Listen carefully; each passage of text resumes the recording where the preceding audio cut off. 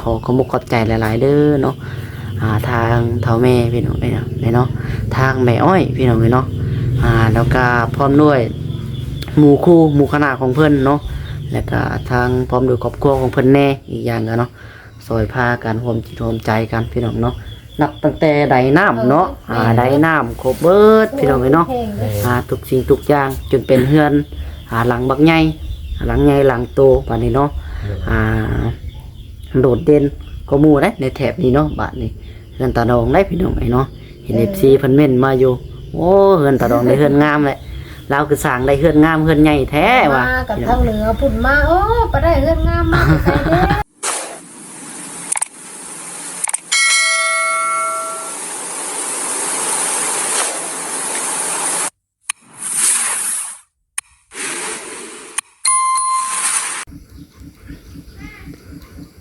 พี่น้องเนาะมาอัปเดตเด้อทุกคนเลยเนาะกับมาอัปเดตให้ทางผู้หลักผู้ใหญ่เพิ่นเบิ้งพี่น้องเลยเนาะถือว่าเนาะแล้วคักแน่พี่น้องเลยปิดจ็อบแล้วเด้อเนาะเรากลมลังค่าพี่น้องเลยเอาจังใดก็ได้เนาะกราบทักทายสบายดีเนาะสบายดีและสวัสดีแม่FC เบิดสู่คนเนาะพบพ่อกับทางน้องไซลาอีกคือเก่าคือเดิมเนาะเพิ่มเติมก็คือเมื่อนี้อยู่ที่บ้านตาดองพี่น้องเนาะอยู่บ้านตาดองอยู่ทางบ้านนาเก่งและพี่น้องเด้อเมืองอุทุมพรแขวงสวรรณเขตเฮานั่นเองพี่น้องเนาะปะวันนี้เดี๋ยวน้องหลานดีสิชวนเนาะทาง FC เบิดทุกคนแล้วก็ทางเนาะผู้หลักผู้ใหญ่ผู้ที่ซัพพอร์ตแล้วก็ผู้ที่ช่วยเหลือนะพี่น้องเนาะเฮือนชาติหลังนี้พี่น้องมาเบิ่งนำกันพี่น้องผลงานเรียบร้อยเนาะเป็นจังใดพี่น้องเนาะนี่ก็จะเป็นบรรยากาศพี่น้องขางเฮือนเนาะพี่น้องเนาะเอาทุกคนเลยถ้าว่านี่แหละเนาะเรื่องคันไดพี่น้องถ้าว่าสิมุงกับย่านเป็นไปบ่ได้ดอกพี่น้องเนาะคือทางพ่อว่าแหละทางบ้านเฮาคล้ำพี่น้องทางบ้านทางฝั่งลาวเฮาคล้ำพี่น้องสว่าน้ำฝนนะพี่น้องหยาดใส่ค่าเฮือนผู้อยู่ข้างๆนะเนาะยันมันบดีในอนาคตต่อไปแมนยูส่วนนี่พี่น้องยันรุ่นลูกรุ่นหลานเฮาอยู่นะพี่น้องเนาะมันหอกมีแนวมันเป็นพี่น้องแนวมันผิดเด้เอาไว้เฮือนผิดเนาะ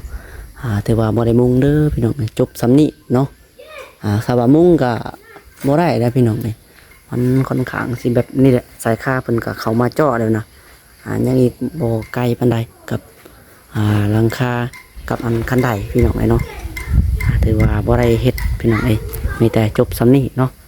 นี่ก็จะเป็นเสาค้ำของเพิ่นพี่น้องเนาะยังคิดเสียดายน้ำเพิ่นอยู่ว่ะโอ้เสียดายสีเด้พี่น้องเนาะซื้อเสาตะรองเพิ่นเอาเสามาบัดบ่ถึงซ้ำพี่น้องเนาะเพิ่นใส่ไม้ต่อเอานั่นแหละบัดแล้วยังให้เพิ่นเปลี่ยนออกเนาะตะรองเนาะ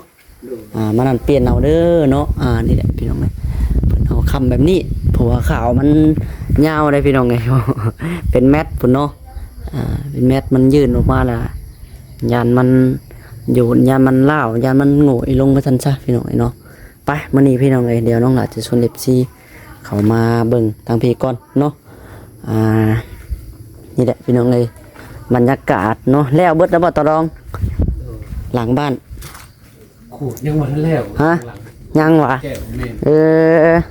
คิดว่าแล้วอะไรเนาะยังอยู่ซะนะเอาพี่น้องนี่แหละมาเบิ่งข้างหน้าบ้านก่อนจะเข้าไปทักทายเพิ่นก็ได้เนาะเอาพี่น้องข้างบ้านแล้วก็ข้างทางอีน้ำเนาะ FC นี่ก็จะเป็นรอบๆเลยพี่น้องเนาะถือว่าแล้วคักแน่เนาะวันนี้เนาะถือว่าการทาสีเพิ่นก็ยังบ่แล้วคักเลยเนาะพังเว้านี่โอ้ทีมงานคิดว่าแล้วเบิดซะดอกเป็นสบายดีเนาะเฮ้ยพี่น้องเนาะทางในดองก็เตรียมสิไปหน้าว่าติสิไปหน้าอยู่น้องหลามาสายในพี่น้องว่าสิมาแต่เช้าอยู่เนาะแต่ติดธุระเล็กหน่อยเนาะบ่มีรถมาพี่ทาง ขอโทษหลายพี่น้องคันคอคืนนี้ไปหาก้านฝ่า ไปกับบ่ส่งนั่นแหละบ่ส่งน้องตีทองบ่ได้ได้ก้านแถวบ้านเลยนะ ได้กินน้ำน้องไส้น่ะได้จักโตบ่พอน้อย2โต อืมพี่น้องเนาะสีเฮายังเหลืออยู่บ่ตะลง เบิดเลย ฮะ เบิดเลย เบิดคักแน่ แม่น ใส่ถังมันมาให้เบิ่งดูใส่เบิดคักแน่ได้บ่เบิดทั้งสองบ่ เบิด นี่สีเทาสีฟ้าสีขาวพี่น้องเบิดทุกถังเลยว่ะ แม่น เฮาว่าอยากให้ท่าตัวนั้นคือข้างหน้าก็ยังไม่แล้วซ้ำใส่เบิ่งดูฮะเบิดคักแน่เด้อ ตัวนั้นแช่ได้ตัว แน่โอ้ยคักแน่แท้เอาตัวนี้ได้จ้ะคิดว่าสิได้เพราะท่าส่งหลอกส่งลมหั่นนะ ตัวนี้ยังหน่อยหนึงสิทาได้นั่นเด้ ฮะ เอาน้ำเอาในถังมันสิทาตรงนั้นมันขางบันไดขางตัวนั้นเลย ตัวใดยังไม่แล้วบ่ แม่น มาส่วนนั้น FC รอเบิ่งก่อนจังไดยังมาคุยกันส่วน FC รอเบิ่งก่อนพี่น้องปะตะรองเดี๋ยวจังส่วน FC มาคุยกันส่วนรอเบิ่งอ้อมๆกันพี่น้องเอ้ยตัวใดมันขาดเหลือมันบ่พอเนาะสีถือว่าเบิดเนาะเบิดคักแน่พี่น้องเอ้ย ตัวนี้นั่นน่ะ ตัวนี้บ่สีฟ้าเฮาก็เบิดเนาะเบิดพี่น้องเอ้ยสีเทาก็เบิด ยังเท่าตัวนั้นก็สีเทา สีขาวได้สัก ขาวดิถังสีขาวแช่น้ำมันเบิด เบิดเลย แม่น ไปสลอบมันก่อน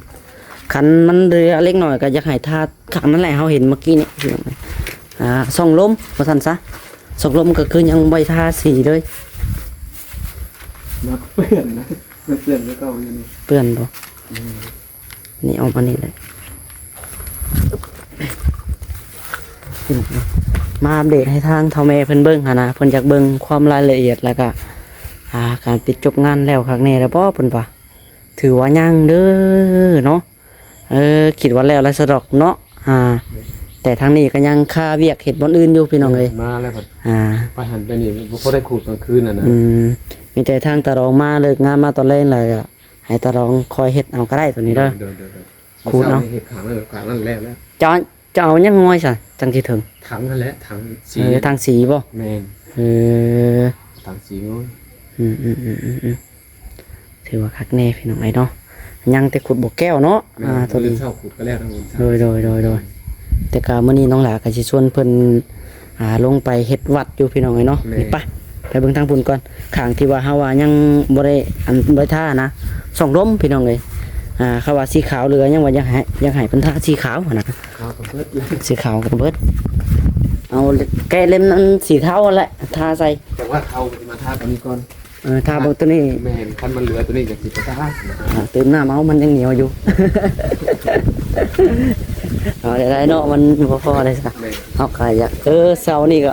ทาแล้วเนาะเสาตัวนี้พี่น้องเลยทาแล้วนี่แหละตัวเขาบอกข้างทางพี่แหละพี่น้องเนาะส่องลมมาทันซะนี่ดิส่องลมปกติมันก็ต้องใส่สีได้ส่องลม ตะกี้แล้วว่าจะใส่15ใส่แล้วรอบนึงแล้ว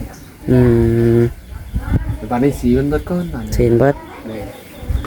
เด็กหน่อยเนาะ แมน ยังทากันอยู่พี่น้องเลยขันสีเท่า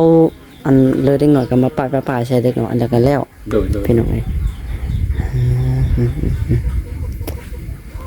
เอาเนาะไปมาดังคุยกันก่อนสาบันเลยนะพี่น้องเลยสิมาถามทางในดองโตพี่น้องเลยเนาะบ้านนี้จังได้มานอนทางลุ่มแล้วบ่ตะรองในดอกฮะ นอนจงคืน พี่น้องลืมเบิ่งใส่ขอโทษเด้อเบิ่งแน่พี่น้องเลยลืมไว้กล้องให้ FC เบิ่งเมื่อกี้นี่เนาะเข้ามานอนแล้วนี่เนาะ นอนเลยได้ โตพี่น้องเอ้ เป็ ย นอย่างไรแล้วไว้อยู่อย่างลงเนี่ย นั่นแล้วเนาะ บอกลูกเบากันคือ โดยข่อยบอกอยู่เด้เนาะคันเฮ็ดคันใดข้างในก็สิโอเคนะ แต่บอกว่าโอ้ยพิษบาดนี่ ลงพิษบ่ พิษลงใช่ไหมฉันไม่เห็นคือตะโดงว่าก็สิสบายนี่เนาะโอ้ยคิด ในเฮาก็กล้าเผื่อไว้อยู่แล้วหั่นนะว่าสมุดได้ก่อกับตารางหั่นนะคันใดมันก็สิง่ายพี่น้อง แต่เดี๋ยวเอาขึ้นก็บ่ได้ เธอมารักษายากต้องอดฝนจะได้ใส่ผ้านั่นเลยเพื่อนลังนั่นแหละมากัน ผลสารมาเจ้าคนใดเนี่ยตะโดง ฝนรักษา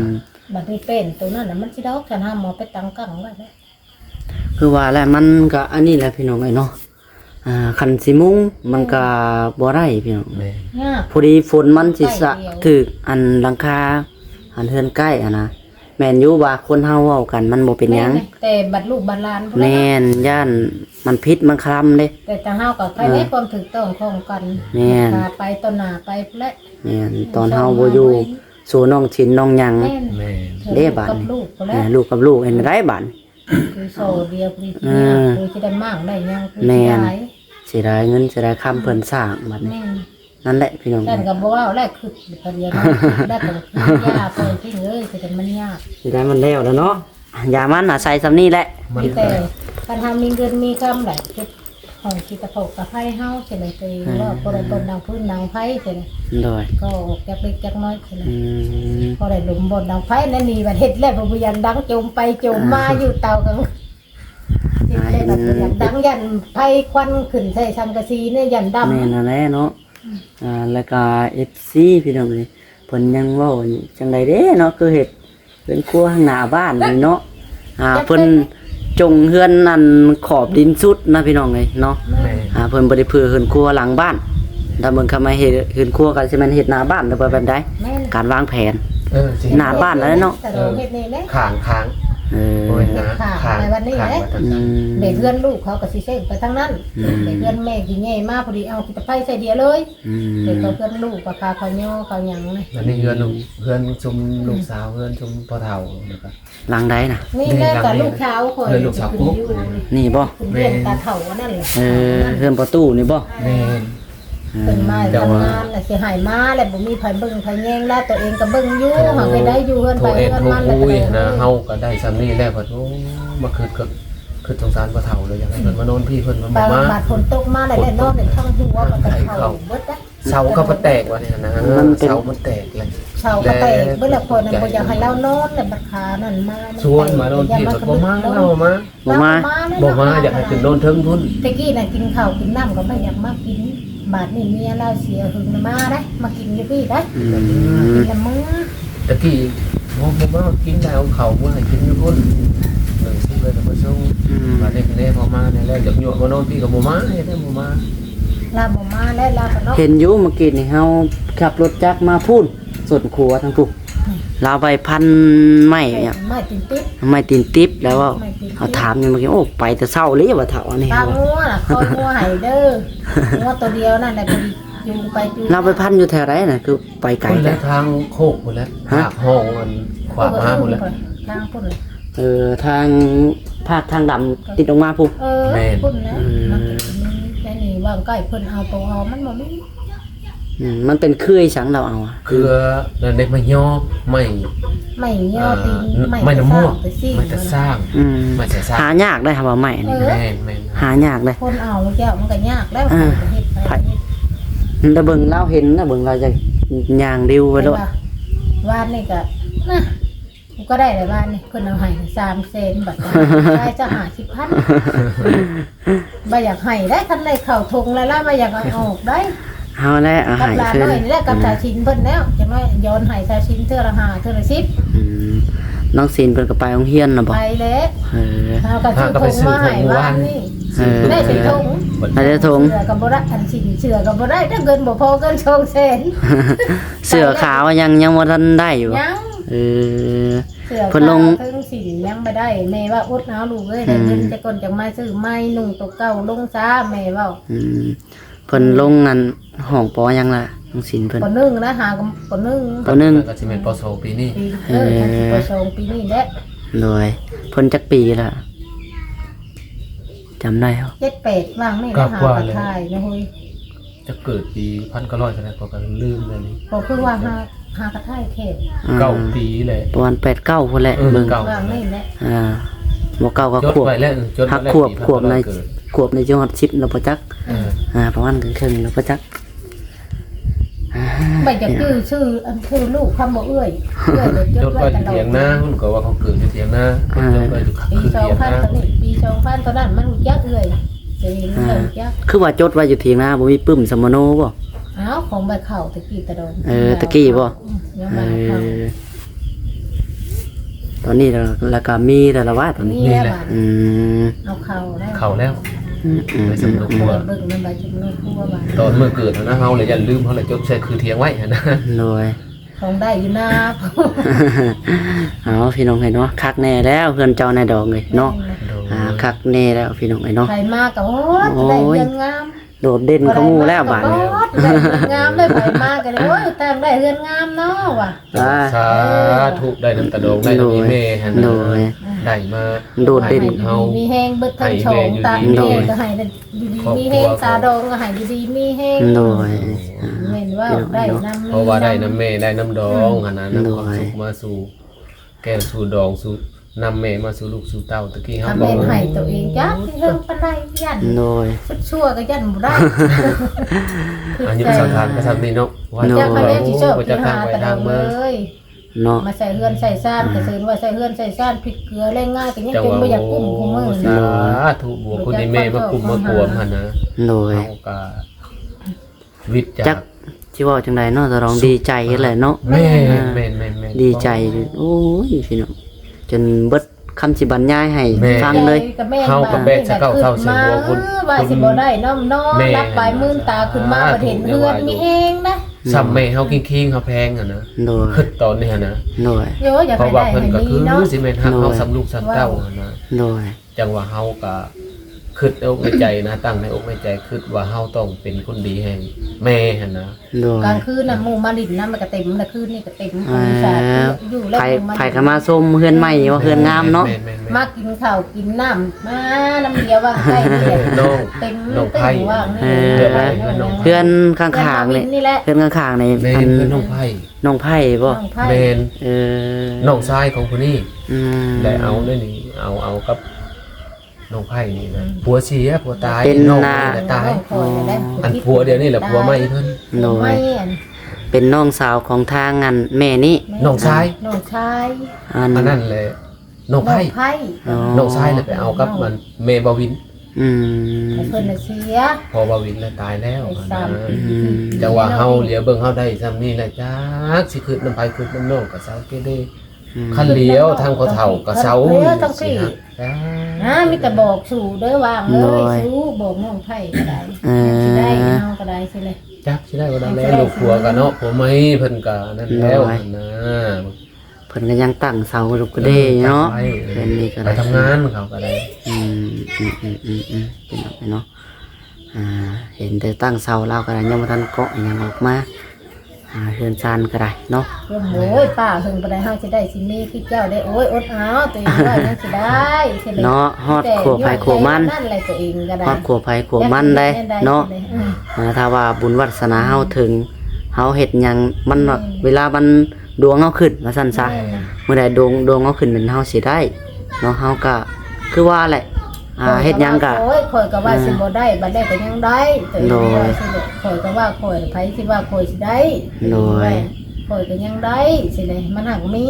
ทางถือว่าตะรองเพิ่นกะจังไดพี่น้องนี่เป็นบุญอลีได้เนาะ แม่นนะ เป็นบุญอลีพี่น้องเพราะว่า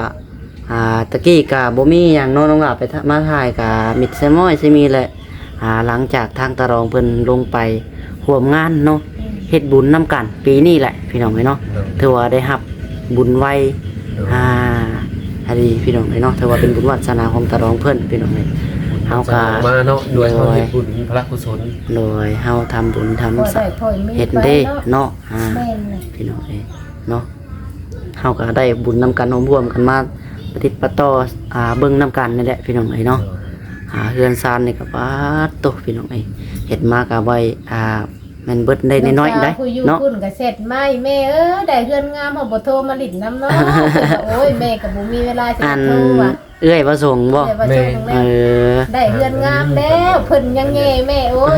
ลูกก็สิได้คือกันแม่ได้เลยตัวเองแล้ว ตั้งใจบอกแต่เพิ่นหาเงินหาคำ ลูกหลานเอ้ยเจ้าก็ได้ บ่เฮ็ดคอยไปมันหักใด คันแม่ได้แม่มีแม่ก็สิช่วยว่ะ โดยสำนีแล้วก็เนาะนั่นดองเอ้ยนอนก็รับคักแต้บาดนี่ แม่ ก็ห้องบ่ย่านยังมืดมาก็บ่ย่านกระโดด บ่ย่านบัดนี้เนาะ มาแล้วอู้ข่อยนั่นจะไปฮุบลูกไปใส่กลางค่ำก็ขึ้นโอ้โห คันขึ้นก็ขึ้นแต่น้ำแม่ผู้เฮ็ดให้มาเนาะโอ้ยอยากเห็นหน้าเห็นตาเพิ่นเด้เพิ่นเป็นหน้าจังใดบาดในหั่นน่ะ อยากเห็นเลยมีแต่ขึ้นเท่านั้น ขึ้นอยากเห็นแต่หน้าแม่ผู้เพิ่นสร้างให้แม่เฮายังว่าลมหายตายจากไปแล้วหั่นน่ะยังมีแม่ใหม่มา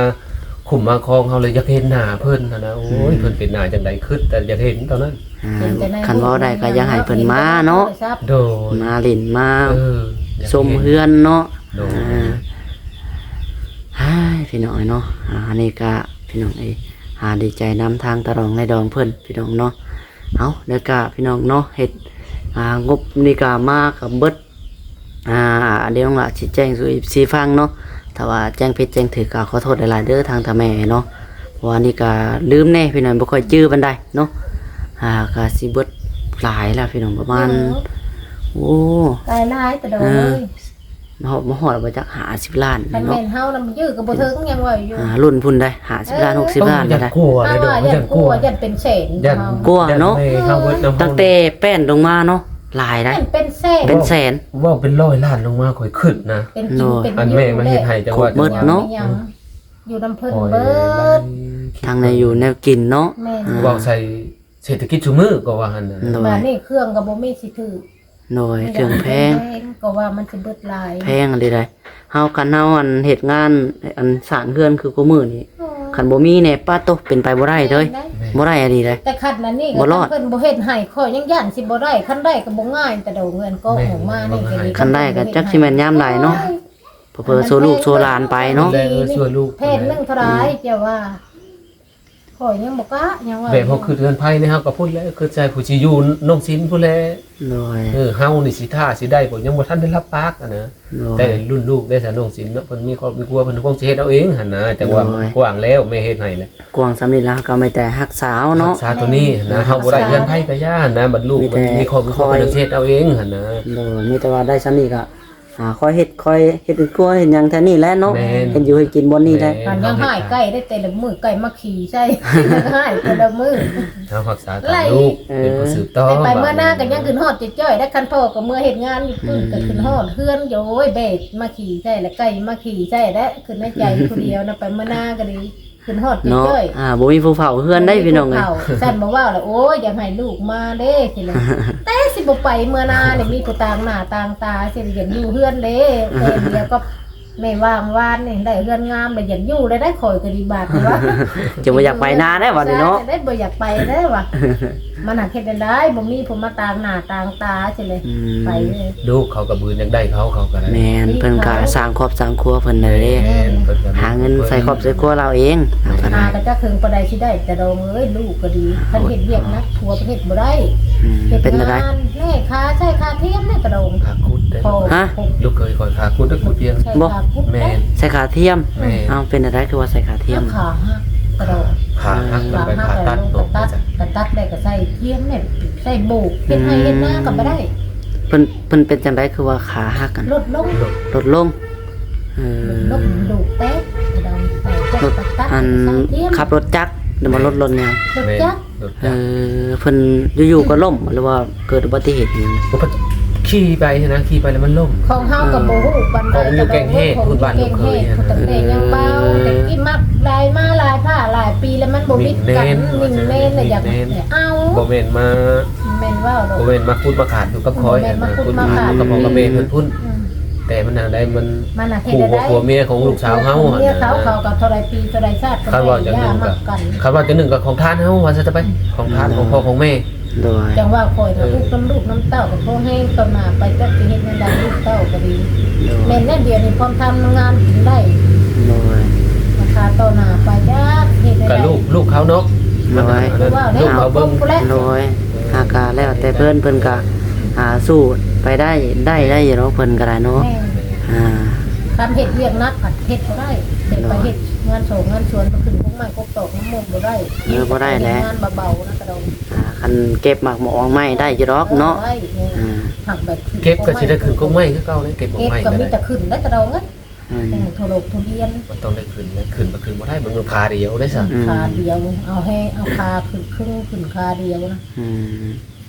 เอา สาธุ พี่น้ ลู อง ก เอ้ย เอ้ย เนาะ ก็ได้เพิ่งได้เองได้มา มัน เอากัน ได้ แรกก็ เฮ็ดก็ห้ามเฮ็ด ไปหาเงินหาข้าวมาแล้วกันงานสิ่งที่เฮ็ดได้นะก็ไปติลูกเอ้ยเอาแต่ให้โตเด้อใจให้โตเด้อ โดย บอกดำลังฟังความมันนั่นก็ได้ โดย สม เพราะว่าเนาะตอนนี้ก็ยังคอยสร้างไปได้ แม่นเลย เพื่อเฮาสิได้หยังมันก็บ่แม่นของง่ายนะพี่น้องคอยสร้างคอยหาไปเนาะถ้าเฮาบ่หาบัดแห้งบ่ได้นะ มาช่วยเฮาเด้อแม่เอ้ยเจ้าช่วยเสาเลยโอ้ยจักอย่างยังมาช่วยเขาก็บ่มีในนาปีนี้ฉันบ่ว่าแล้ว เป็นได้ข่าวงามอยู่บ่ เขา ปี บ่ นี้ งามกระดองเอ้ยดำล่ะเฮ็ดเวียกแม่ได้เดี๋ยวจะได้เอาไปดำมาแต่เสียเบิดจะเปื่อย นำลาแล้วฝนมานำก็นำลงบัดนี้ เต็งก็ไปตกน้ำ มันเปื่อยแล้วบาด ปิกเจ้าแต่เปื่อยเบิด อืม ให้ แต่นาเฮาก็ยัง เกี่ยวเลย แม่นแถวลูกมันยังเปื่อยคือกันเฮาก็ได้ แซมก็ไม่อยู่ อืม ชาติบ่ได้ที่ได้บ่จัก4-50ก็ใครแน่พอได้คุ้มที่ได้ตัวเองว่า หาข้าวเฮาปีนี้คือว่าโอเคกว่าปีกายนี่แหละข้าว งามกระโดดกันนะ งาม คนแน่น่ะงาม งามเพราะว่า คน เฮาบัดได้ดำก้อนนี่อีกอย่างก็ได้ข้าวมันเป็นต้นเป็นกอแล้วนะฝนจังสิมานำลง มีแต่ทั้งพี่ดำก้อนเนาะ แม่นปีนี้ครับเพิ่นแล้วก่อนนะ ไปย่าทุกคนได้พออยู่พอกินก็ไม่แห้งกระโดดเมื่อทั้งใดก็ดี หักทางพี่ก็ได้ซื้อกินได้ข้าว อืม ก็เบิดแล้วเฮาก็ได้ ยังที่ชอบนะเดี๋ยว พี่ก็จะได้ซื้อคือกัน ไม่ที่ชอบก็เปลือกนะ เฮาได้ซื้อแล้วเฮาเบิดแล้วได้ซื้อได้ประมาณอาทิศนึงต่อสอบนึง เงินใหญ่เนาะกระโดดซื้อ หลายคนได้เงินของครอบครัวใหญ่ว่าซั่นซะ พี่ก็ใหญ่คือกัน จังแม่น เพิ่งพี่กระโชง โดยทางคุณเฮือนจังเป็นจักหลังเนาะแถมหับงานเฮ็ดแต่ละมื้ออีกหุมกันมากินพี่น้องเฮ็ด อันนี้ก็เท่านั่นกับกินเต้เส้นเลยเท่านั่นกับมากินซึ่งลูกพี่ได้คณะก็ได้ ทางอาแปะน้องจ้อยนะน้องจ้อยก็ยังอยู่หลายคนเนาะโอ้ยหลายสปุปิเฮานะเฮือน3ดัง4ดังเลย มาโฮบเข้ากันเนาะ แม่น คือว่าในเรือนได้เจ้ากระโดดเอ้ยไฟมากินไฟมากินบ่แม่นโทษเรือนตัวเองเนาะ โดย เรือนคน เฮือนคนเต้าโฮมเฮือนโฮมเหมือนกันเฮือนโฮมจูนหมู่คู่มาเล่นก็กิน เวียกกับฉันบ่มีเวียกกับยังพอแห้ง โดยนั่นแหละเอ้าไม่ต้องว่าพี่น้องเนาะโอเคละสำหรับคลิปนี้ก็เฮาก็สิขอเมื่อก่อนดันเนาะ จังหวะอันนี้เลย จะได้ต่อ อยากปรึกษา เอ อยา อก ปรึกษาน้ำตาดองนะว่าเรื่องมันเฮ็ดพิธีพอได้มัดคอต่อแขนอย่างก็เฮ็ดพอได้น้อยหั่นนะเลยจะถามตลอดเบิ่งว่าสิเฮาสิเฮ็ดมื้อใดหั่นนะเฮือนเฮาก็แล้วถึงบ่ได้บวชเนาะอยากเฮ็ด อืม ให้พอเป็นพิธีหั่นนะไก่จักโตจักสองนี่นะ อยากเฮ็ดพิธีอันมัดแขนนี่บ่ แม่นๆ พิธีมัดแขนนั่นขวัญน้อยว่าซั่นซะว่าขวัญน้อยให้กับทีมงานทุกคน บ่ให้ขวัญอ่อนย่อนย่อให้อยู่ดีมีแฮงเบิดทุกคนเนาะ อยู่ได้ฉันได้ชา ผู้ใดผู้สร้างผู้สาผู้เฮ็ดเนาะ แม่ อยากเฮ็ดขวัญน้อยมัดแขนเฮือนในเฮือนนี้ แม่ เอาแต่ว่าพี่น้องไอ้เนาะ พอเป็นพิธีให้เนาะเฮาก็ ได้ เฮ็ดได้แม่เฮาผู้เฮ็ดก็อยู่ไกลเอาตะดองนี่เป็น พิธีให้อะนะมันแข่งกันเราให้อะนะเฮาก็คือใจแม่เฮาสร้างมาทำนี่อะนะแล้วไก่ละตัว มา โต เลยมานั่งแล้วไหม ยืนหาหายามอะนะ น้อย ว่าบ่อยากเข้ากล้องน้ำมัวด้วย บ่เป็นหยังเนาะ อยากอายนะ เพราะว่าอีกอย่างก็เด็กน้อยแน่นี่ก็ แม่เลย ก็ดีคือกันดีคือกัน เพราะว่ากล้องเฮามันจะว่าได้ YouTube มันคุมื้อนี้นะAI ตรวจสอบเพราะว่าเด็กน้อยแล้วจักว่าได้มันอยากโดนยันช่องปิดกั้นแล้วเฮายันสิบ่ได้ถ่ายภายเลยแหละคันช่องปิดนี่ก็ได้เอาพี่น้องหลาก็คอยระวังเอาแบบนี้แหละเขาว่าเด็กน้อยเนี่ยปะตุระวังแท้ๆเฮา สิได้มากระโดด แม่น ไม่ง่าย โอ้ย เป็นยังก็ได้ ตอนซ่องเนาะจังว่าโอ้ยมาเห็นนั่นเห็นนั่นคลิปของลูกชายโอ้ยลูกเฮาก็เฮ็ดได้พากันเบิ่งเอามาเบิ่งกับแม่ เอา เพิ่น มาเบิ่งได้คนเดียว ลูกเฮาก็เฮ็ดได้เป็นได้เพิ่นจังยามาแล้วละถามลูกสาว ทำบ่ส่งบ่ โดยแล้ว เพิ่ เป็น น ได้ ได้จัง โทร ยา ศัพท์ ลูก เดี๋ ห ยว ลาน นี้มาเขียวแม่ได้โทรศัพท์ เฮานี่แหละอันแนะนำให้เพิ่นตะกี้ก็เฮ็ดโลดอย่าเฮ็ดกะฮอกใจเพิ่นก็มักอยู่แต่เพิ่นจมอยู่บ่มีโทรศัพท์เพิ่นเว้านะเห็นเว้านำเฮาอยู่บ่มีโทรศัพท์ยุงเอ้ยว่าอยากถ่ายคลิปนำเจ้าก็ได้บ่มี อยา โท ก ร ได้ ศัพท์ อยู่ เพิ่นว่า ประตูกับปรึกษาเดียวนั้นพ่อจริงเอ้ยงัวเทิกน้อยนั่นขายซื้อให้คนซะ ว่าได้อยากได้เขาเรียกปรึกษา พัดอยากได้พายแบบนี้นะ ได้พายใส่น้ำ เห็นหมูสูบน้ำหน้าครับ นี่นะเฮา ดำ กับ เนาะ บ่มี บ่มี ว่า นี่ออยาก ก ยาได้ ได้พายมาดูดน้ำใส่น้ำหมูดำแล้วเบิดโตมันยังบ่แล้วบ่มีบ่อนดูด อืม อยากได้วันนั้นนะ โดยหมายถึงว่ามัน พายอ่ะนะ โดย โตก็มาลั่งอยากได้โทยจับให้ลูกก็พอแห้ง เราก็หาพอแต่ได้อันนมป้อนทันว่า หันกันยักโยชิบ่คุ้มแต่มาว่าได้เห็นคืนนี่โอ้ยแต่ เฮาได้เฮามีเฮาก็ยืนอยู่เพิ่นก็ยืนอยู่ตลอด ควรดมสิเบิด เอาให้ทันว่าและเฮาก็ได้ โอ้ยท่านเจ้าบ่ยืนให้มันคุ้มเลยตลอดเลย มื้อนั้นก็เอาให้ แบบประมาทญาติท่านคอยลูกคอยนะ โดยเฮาก็ได้ แพงกันเนาะ หักแพงเอากันนั่นแหละเบิ่งนํกัน แม่มัน ผู้ใดผู้ เขา นี้ เป็ ก็ น ปันกัน ตัวเดียวกันนะ แม่น ไอ้นี่นะว่าตัวเองว่าเลี้ยงลูกตัวใหญ่ได้ก็เลี้ยงลูกลุงและลูกก็ซอยกันคือเก่าว่าซอยกันคือเก่าตัวเองว่า อ่า ลูกโตลูกลาหั่นแหละว่าแม่นลูกตัวเองใหญ่แล้วสิเซยอยู่บ่เป็นได้ว่า อืม เบิ่งนํกันว่า เอาพี่น้องไอ้เนาะโอเคเด้อบัดนี้เนาะสำหรับคลิปนี้ก็จังไดพี่น้องเอ้ยทางตารองเพิ่นว่าเนาะอยากหามือหายามเฮ็ดพิธีเนาะผูกแขนน้อยเนาะอยู่ในเฮือนพี่น้องเอ้ยแล้วพิธีอ้อมขึ้นนี่เฮ็ดแล้วบ่ได้ขึ้นแล้วบ่ ขึ้นแล้ว เอออืมมีแต่เฮือนหลังเดียวเฮาไม่มีแต่เฮ็ดเทื่อเดียวแหละเนาะ วิธีขึ้นก็ขึ้นมื้อนี้ดอกเลย ฮะ บ่ได้หาเพิ่นมาตอนขึ้นแล้วก็ย้อนหยังย้อนเฮาบ่มีเนาะเฮ็ดแล้วอย่างเอ็มให้พาแล้วก็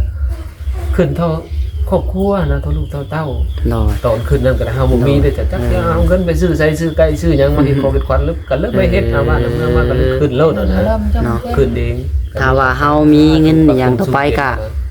ถ้าว่าเฮาอยากเฮ็ดขวัญขึ้นใหม่ก็ได้คือกันเนาะ ได้ แม่น สว่าถ้าแม่นเฮาอยากเฮ็ดคักๆแม่นยาคูได้เนาะ โดด มาสันเขาอยู่เฮือนทางนี้เคยเฮ็ดอยู่บ่ ก็เคยมีหลายบ่ บ่ เฮ็ดเพิ่นผู้เพิ่นไขเพิ่นค้ามอันนะ เออ อันบนยาคูมาสานเขา แม่น เพิ่นไขเพิ่นค้ามเพิ่นก็เฮ็ด เออทางตารองเรียกเคยเฮ็ดบ่หรือว่าแบบใดบ่เคยได้เนาะ เฮาบ่มีเฮายังบ่มีเลยบ่มีอันนั้นแต่เอาแบบว่าสิขึ้นยังได้ขึ้นเองมันบ่มีนี่แหละ โดย สิว่าทุกข์แท้ก็บ่แม่นสิว่ามีก็บ่แม่นเฮาหรือบ่ที่เป็นคนกลางๆหั่นนะ โดยถ้าว่ามีก็อยากเฮ็ดพิธีขึ้นใหม่เนาะเพราะว่าเฮือนนั่นก็ได้สร้างซ้ำเฮ็ดใหม่เบิดแล้วหั่นนะ แม่ นับตั้งแต่ม่างใส่แป้นใส่หยังเนาะลงมาเนาะ แต่ผา แต่ผาเฮาใส่ไม้เบิด ครบซ้ำว่าเฮ็ดใหม่เนาะ แต่เครื่องมุง ของเก่ามีแต่เครื่องมุงกับไม้หลังคาทั้งเทิงเนาะ แม่น เป็นไม้เส้นไม้หยังเข้าผาแป้นโอ้ยแม่นเบิดพี่น้องเอ้ย แม่นเบิด ไม้เบิดเนาะ แม่ ถ้าว่าเว้าได้เฮาก็อยากเฮ็ดพิธีขึ้นใหม่ว่าซั่นซะเนาะ แม่ ขึ้นใหม่เริ่มต้นใหม่ตั้งชีวิตใหม่เนาะ แม่ อยากให้เฮือนเฮาอยู่ดีมีแฮงโซลูกโซหลานบ่ให้เป็นนิหยังเนาะให้อันเจริญรุ่งเรืองว่าซั่นซะเนาะพี่น้องไอ้เนาะ อันนี้เฮาก็เป็นพระกุศลเนาะเฮือนนี่ก็ตะกี้ก็แม่นเฮาเฮ็ดหั่นนะแต่จริงเลยมาแล้วย้อนแม่เป็นผู้เฮ็ดหั่นนะเฮามาขึ้นต้นนี่นะ หน่อย แม่เป็นคนเฮ็ด แต่ ให้ มัน และเป็นเฮือนหลังไม้ เฮือน หั่น เบิ่น นะ เบิดมีหยังกัน หน่อย แต่เครื่องมุงกับไม้เท่านั้น จังว่ามันเป็นเฮือนหลังไม้หั่น หน่อยสำหลังไม้เด้อเด้ แม่ เฮือน จังว่าเฮ็ดวิธี หลังไม้เฮ็ดไม้เด้อเด้มันบ่แม่นว่าเป็นหลังเก่าเด้อเด้ แม่ถ้ามันมีเงินมีคำก็ว่าแบบมันตะดองว่าผู้แล หน่อย บนเนี่ยคู่ขึ้นมาสั่นเขาอยู่พี่ผู้แลก็มันมีเงินมีคำมันนะแต่เฮาบ่มี ถ้า นะ แบบมีถึงขั้นกลางๆก็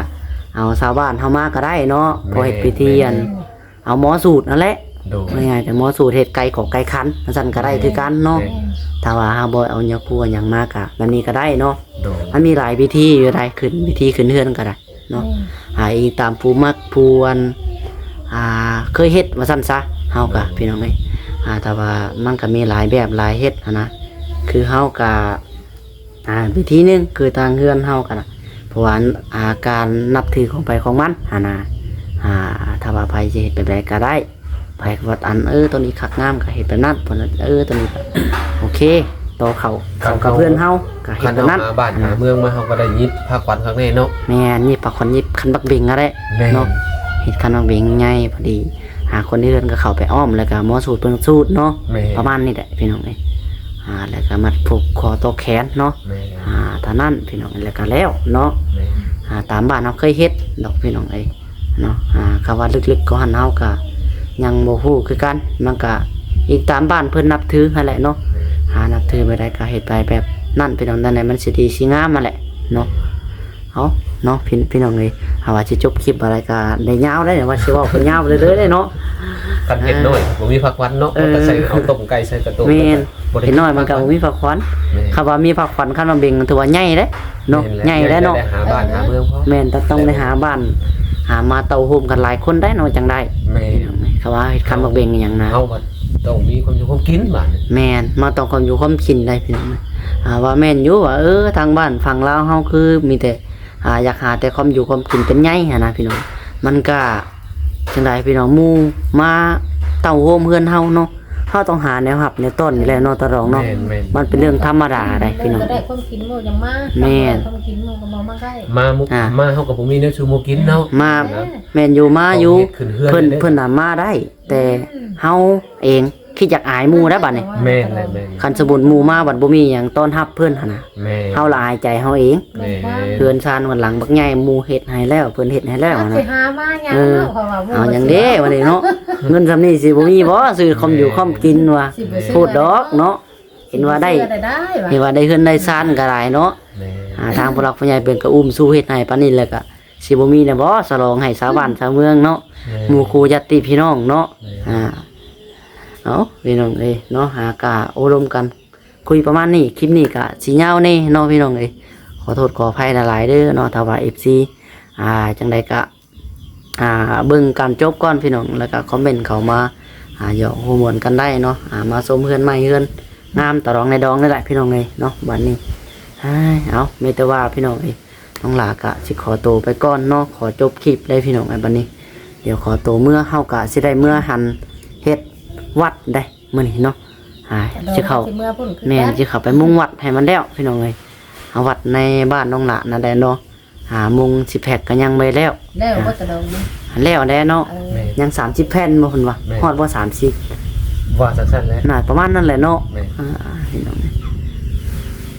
พี่น้องเนาะมีแต่ว่าคลิปนี้ก็น้องหลาก็ขอตัวไปก่อนพี่น้องก่อนอื่นก็น้องหลาก็ขอขอบคุณขอบใจหลายๆเด้อเนาะ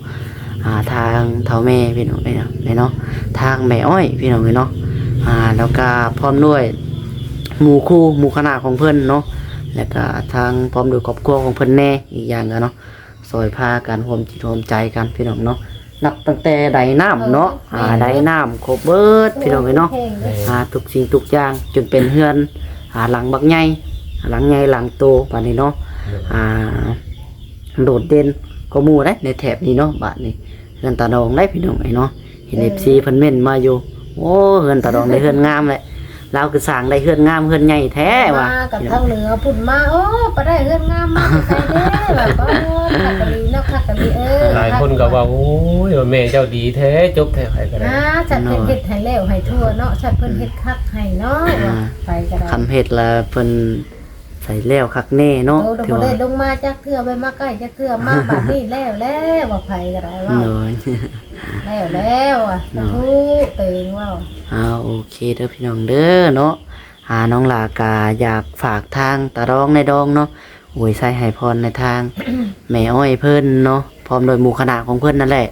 หมู่ครูของเพิ่นแล้วก็พร้อมโดยครอบครัวของเพิ่นเบิดทุกคนเนาะเพราะว่าเวียงงานหางกับปิดจบเพียงสำนี้แหละพี่น้องเอ้ยการสั่งสามากะโอ้เนาะเบิดหลายพอสมควรแล้วก็ฝากทางตาร้องในดองเนาะขอบอกขอบใจทางผู้หลักผู้ใหญ่เบิดทุกคนนั่นแหละเนาะเอามีแต่ว่าฝากเอาใช้ให้พรในเพิ่นแน่เนาะ ภาพขอบคุณขอบใจทั้งแม่เบิดทุกคนในหมู่คณะเนาะทั้ง โอ้ย ครอบครัวของแม่ให้อายุมันขวัญยืน101,000 ภาษาสาธุอยู่เป็นโฮมโซโพโฮมไส้ให้ลูกให้เต้า หน่อยสาธุเนาะทางในดองเลยหน่อย แม่อ้อยก็ดีผมเลยครอบครัวความเจ็บบ่ให้ได้ความไข่บ่ให้มีแม่อ้อยเอ้ยช่วยลูกช่วยเต้าไปจำนี้จะมีบาทต่อไปความเจ็บก็ให้ได้ความไข่บ่ให้มีให้มีแต่ความสุขกายสบายใจบาดนอนรับให้ได้บุญมือนอนตื่นให้ได้บุญเซนแม่อ้อยเอ้ยเบนมีมากให้ ให้ได้แก้มันนี้พูดให้อย่ามาพลาดม่านให้อย่ามาเบียดแต่นี่ต่อไปซะ สาธุพี่น้อง กระโด เนาะ งก็คือกันให้ โด ดี ย ให้กระโดงไงไปทางใดก็ให้โปรดภัยความเจ็บก็หายได้ความไข่บ่ให้มีบาดเนี่ยอันนี้แต่ความสุขกายสบายใจเด้อตะโดง เนา เด้ ะ อ โอ้ สา สาธุพี่น้องต้องลากันออกมือเอาก่อนเนาะอยากได้อยู่คำดีๆนี่ ได้ชมความปากความเว้าตะโดง โด เลย ย เอา ตะโดงได้เลขให้ได้เพิ่งภาคลาบอิงตนาไป โด ก็ได้ ยเฮาก็เบิ่งนำกันอาศัยกันได้แหละพี่น้อง แม่น